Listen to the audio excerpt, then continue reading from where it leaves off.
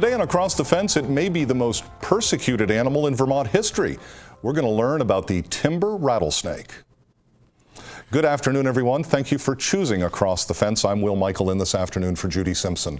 Some people are surprised to learn that there are rattlesnakes in Vermont. In fact, the snakes, they were nearly wiped out in the 20th century by fear and by bounties.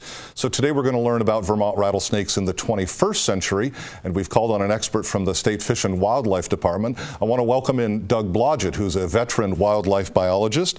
Doug led Vermont's Wild Turkey Project for 20 years. He's been involved in research projects involving a variety of wildlife, including bear, moose, deer, peregrine falcons, and a whole lot of others.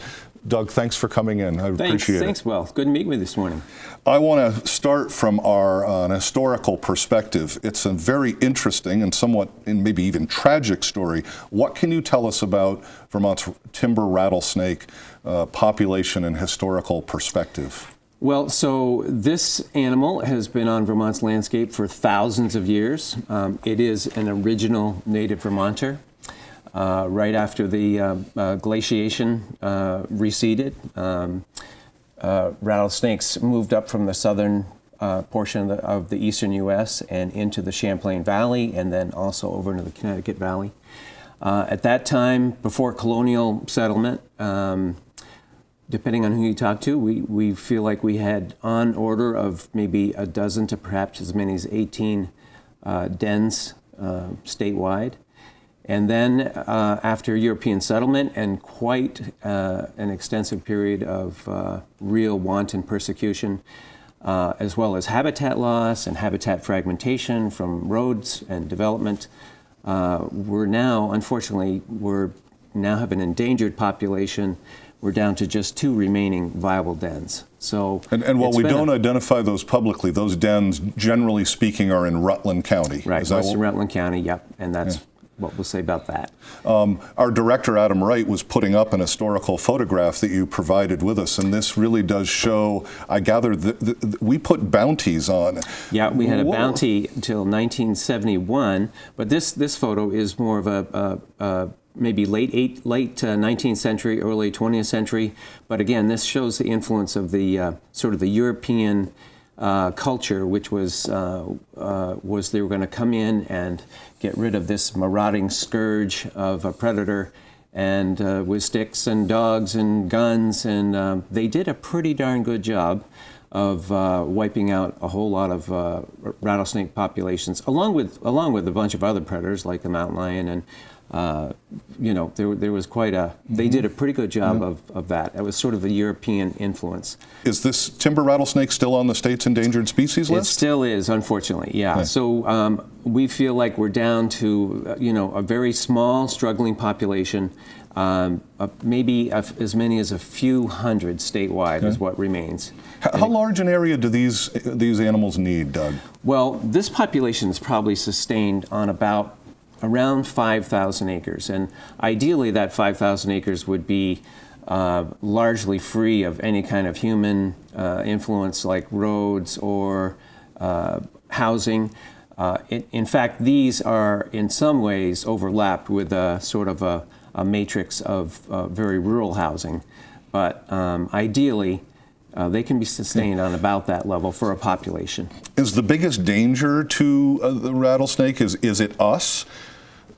And a combination of not only our interactions, but our roads, our houses? Well, it's that combination of wanton persecution, which we are trying to make some influence and get some headway on, but also potentially, essentially habitat loss, road fragmentation that cuts these habitats into smaller and smaller units. Okay. There's actual, den destruction, perhaps like during the creation of Interstate 91 way back in the 60s or 70s. There was some evidence that perhaps some of these, a few of the dens were inadvertently, destroyed. One of the other pictures, and you brought along a number of things today that I found interesting. You share a picture of a snake's hunting posture, and as we just take a quick look, you describe a little bit, but what is the main diet? The diet is almost exclusively rodents, so mostly mice, an occasional chipmunk perhaps, and maybe even a small squirrel. But this is the classic ambush posture here. So they don't crawl around and look for prey. That's very energy inefficient.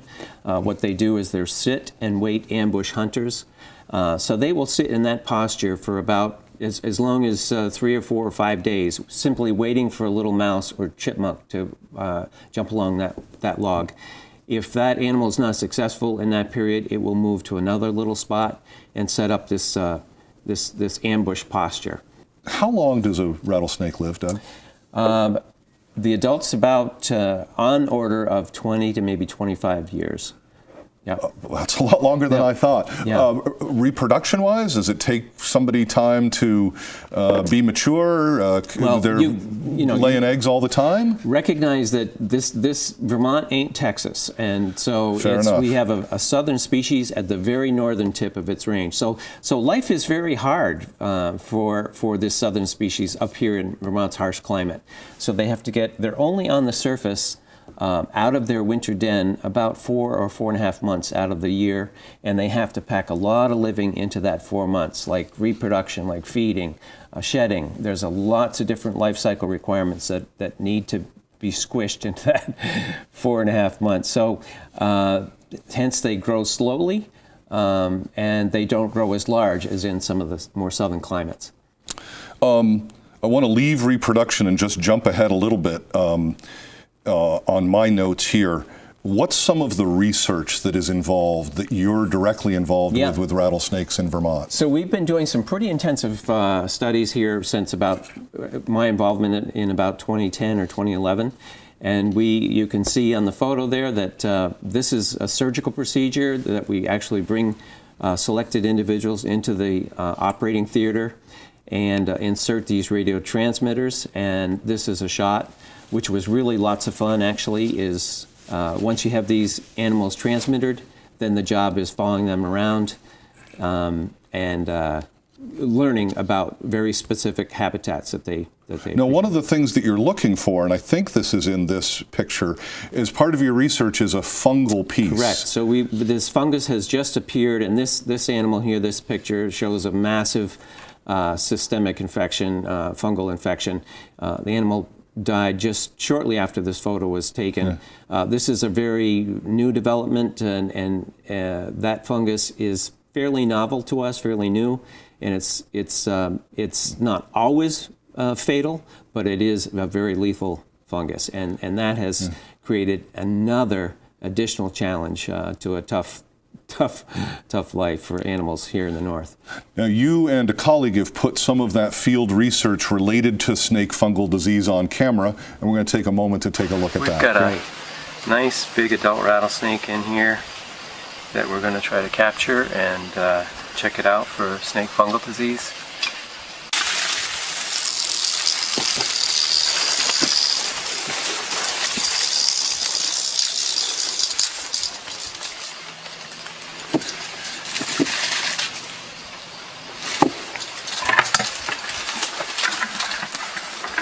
Got it? Yeah. Okay, nice and quiet. It's the way we like it. We're going to tube this snake, and so we can get a good hard look at it, check it for fungal disease, and then we'll pit tag it, permanently mark it, and we'll release it right back where we found it.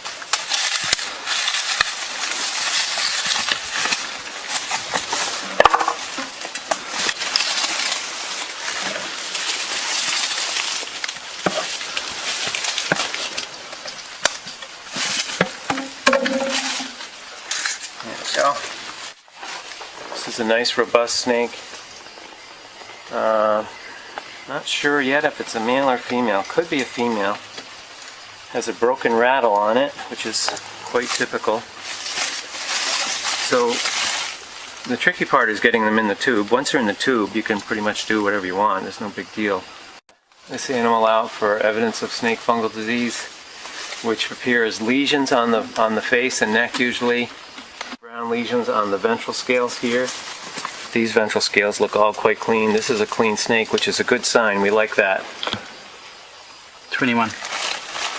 push it, count it twice. Okay, female. So we got a female here. So we know this animal's missing at least 10 rattles.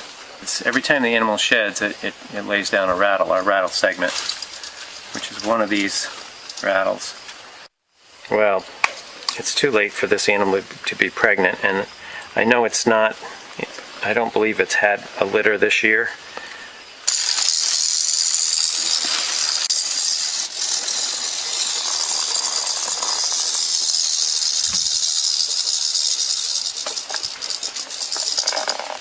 This is a permanent marker. It permanently identifies this animal.